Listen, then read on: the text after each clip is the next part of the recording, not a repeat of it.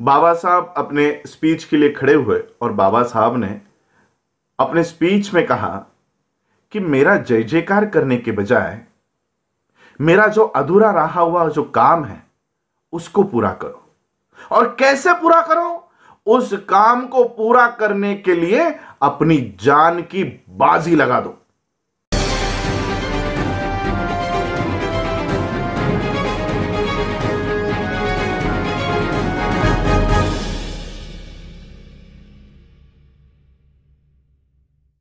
सभी मेरे साथियों को राजरत्न अंबेडकर की ओर से जय भीम, नमो बुद्धाय।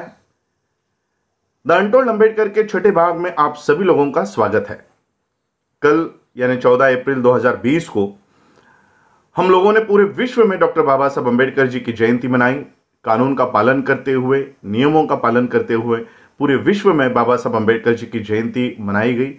इसलिए मैं सभी अंबेडकरवादियों का तहे दिल से शुक्रिया अदा करना चाहता हूं।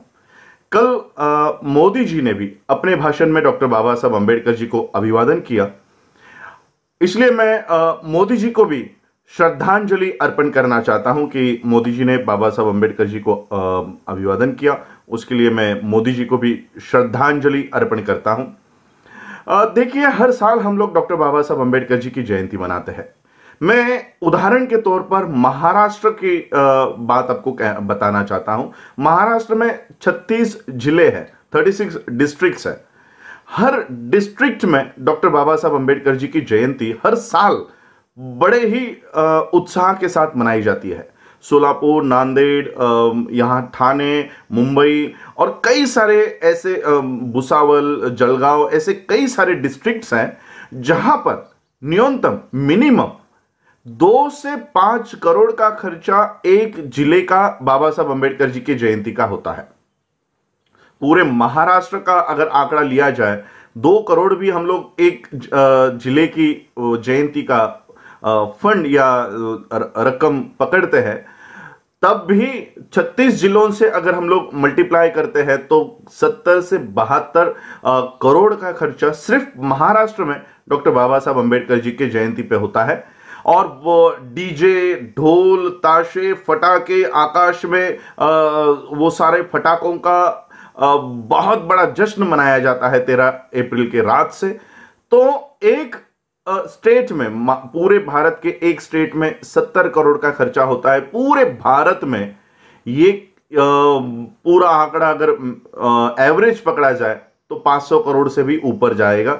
मैं सिर्फ मिनिमम कुछ कुछ स्टेट्स को इसमें नहीं पकड़ रहा हूं, तो फिर भी हम लोग 500 से 800 करोड़ का खर्चा सिर्फ भारत में करते हैं। और पूरे विश्व में यह आंकड़ा 1500 करोड़ का जाता है। यानी बाबा साहब अंबेडकर जी की एक साल की जयंती का खर्चा पूरे विश्व का मिनिमम, न्यूनतम ये 1500 करोड़ का खर्चा हम लोग बाबा साहब अंबेडकर जी के जयंती पे करते हैं। और करना भी चाहिए। 1500 नहीं, 15,000 करोड़ का भी खर्चा अगर करने की नौबत आती है तो वो भी करनी चाहिए। लेकिन किसने करनी चाहिए? किसने करनी चाहिए? चलिए जानते हैं बाबा साहब अंबेडकर जी के लिखे हुए उस भाषण के दायरे से कि बाबा साहब अंबेडकर जी की जयंती कैसे मनानी चाहिए। खुद बाबा साहब अंबेडकर जी के इस स्पीच से। बाबा साहब अंबेडकर जी की जयंती 14 अप्रैल 1956 की जयंती, 1956 की जयंती बाबा साहब के मुंबई के कार्यकर्ता चाहते थे कि बाबा साहब के जो बर्थ एनिवर्सरी है वो बहुत बड़े जश्न के साथ मनाई जाए। तो ये मुंबई के कार्यकर्ता बाबा साहब अंबेडकर जी के पास आए। बाबा साहब अंबेडकर जी के पास आकर इन्होंने कहा कि बाबा साहब, हम आपके ये जो बर्थ एनिवर्सरी है, आपका जो जन्मदिन है, ये हम मनाना चाहते हैं और मुंबई में यहां पर हमने कार्यक्रम का आयोजन किया है, तो हम आपसे विनती करना चाहते हैं कि आप उस कार्यक्रम में आए।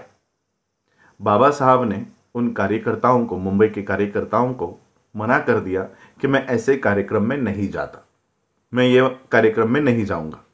तो इन मुंबई के कार्यकर्ता मायूस हो गए, लेकिन उन्होंने हार नहीं मानी। इन्होंने क्या किया, ये बाबा साहब के नजदीकी और कोई कार्यकर्ता है या रिश्तेदार है, ये उनके पास गए और उनको उन्होंने मनाया कि आप प्लीज कृपया करके बाबा साहब को मनाइए और इस कार्यक्रम में उनको आने के लिए कहिए। बाबा साहब को बहुत मनाया गया, तब बाबा साहब ने कहा कि ठीक है, मैं थोड़ी देर के लिए इस कार्यक्रम में आकर चला जाऊंगा।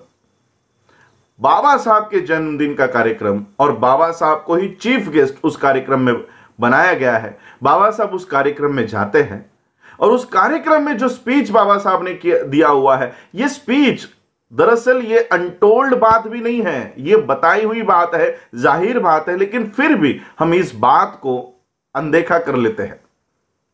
बाबा साहब अपने स्पीच के लिए खड़े हुए और बाबा साहब ने अपने स्पीच में कहा कि मेरा जय जयकार करने के बजाय मेरा जो अधूरा रहा हुआ जो काम है उसको पूरा करो। और कैसे पूरा करो? उस काम को पूरा करने के लिए अपनी जान की बाजी लगा दो। बाबा साहब ने उस स्पीच में हम लोगों को कहा कि मेरा जय जयकार करने के बजाय मेरा अधूरा रहा हुआ काम पूरा करो।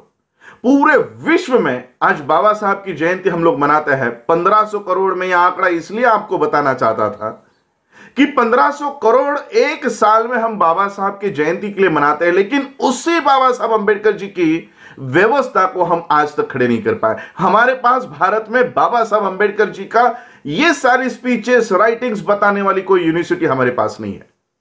हमारी बातें बताने के लिए हमारे पास आज कोई मीडिया नहीं है, हमारे स्कूल्स नहीं है, हमारे पास हमारे हॉस्पिटल्स नहीं है। 1500 नहीं, 15,000 करोड़ रुपए भी अगर बाबा साहब अंबेडकर जी की जयंती मनाने के लिए अगर लगते हैं तो 15,000 करोड़ रुपए भी लगाकर हमको बाबा साहब की जयंती मनानी चाहिए। लेकिन किसने मनानी चाहिए?